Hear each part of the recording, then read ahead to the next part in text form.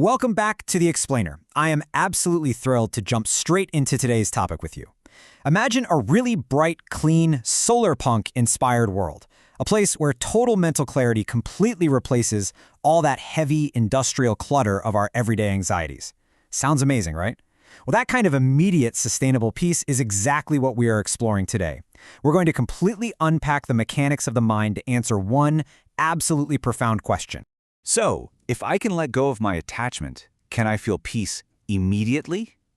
Let's just dive right into this provocative question.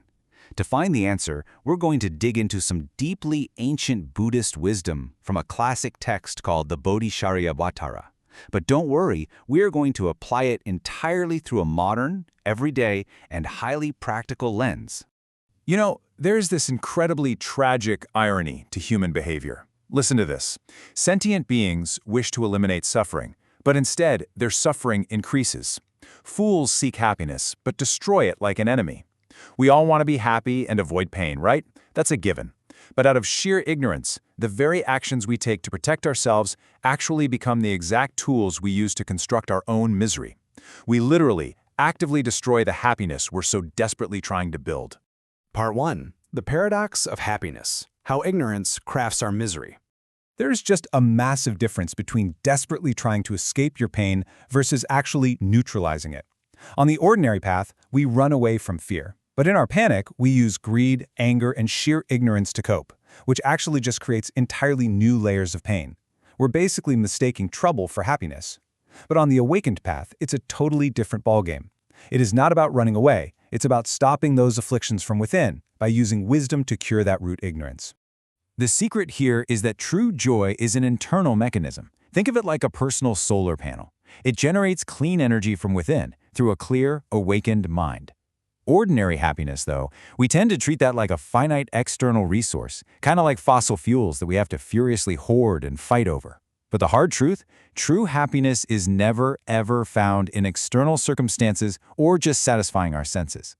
Part 2. Unmasking the mind's shackles, the inner mechanics of greed. Here's the real kicker. Because we fundamentally misunderstand our own minds, our desires actually become incredibly heavy chains rather than paths to freedom. When you perceive your inner awareness, you start to see these shackles clearly. We covet wealth, thinking it brings ultimate stability, but it just traps us in the constant grinding anxiety of losing it. We mistake possessiveness and clinging for love, which pretty much guarantees lifelong distress, and we chase these quick, short-term sensory hits that ultimately completely destroy our capacity for sustainable, long-term peace. Part 3. Transforming Pain into Practice, the Alchemy of the Mind.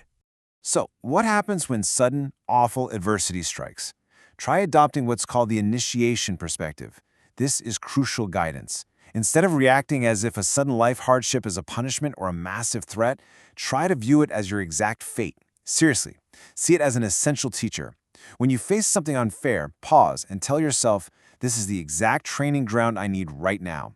A change of mind literally transforms that pain into the very fuel required for your spiritual awakening and clearing out past karma. Running away from pain? That just creates a highly polluted mental environment. You end up carrying all that fear with you everywhere you go.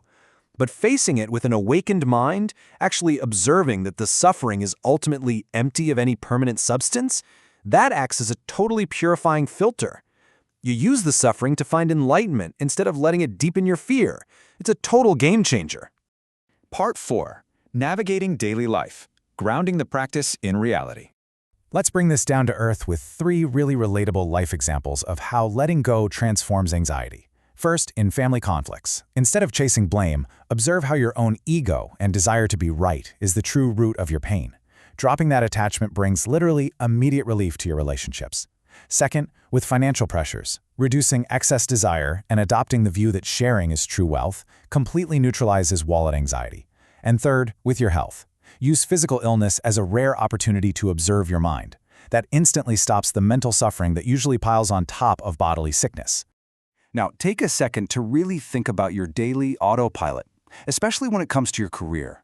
What if simply letting go of your constant hyperfixation on gains and losses at work brought you immediate peace? Is that even possible? Actually, yes. When heavy, suffocating work stress hits, try applying the mind-viewing method. Step back and just observe your thoughts. Make a conscious choice to intentionally drop your attachment to the outcome.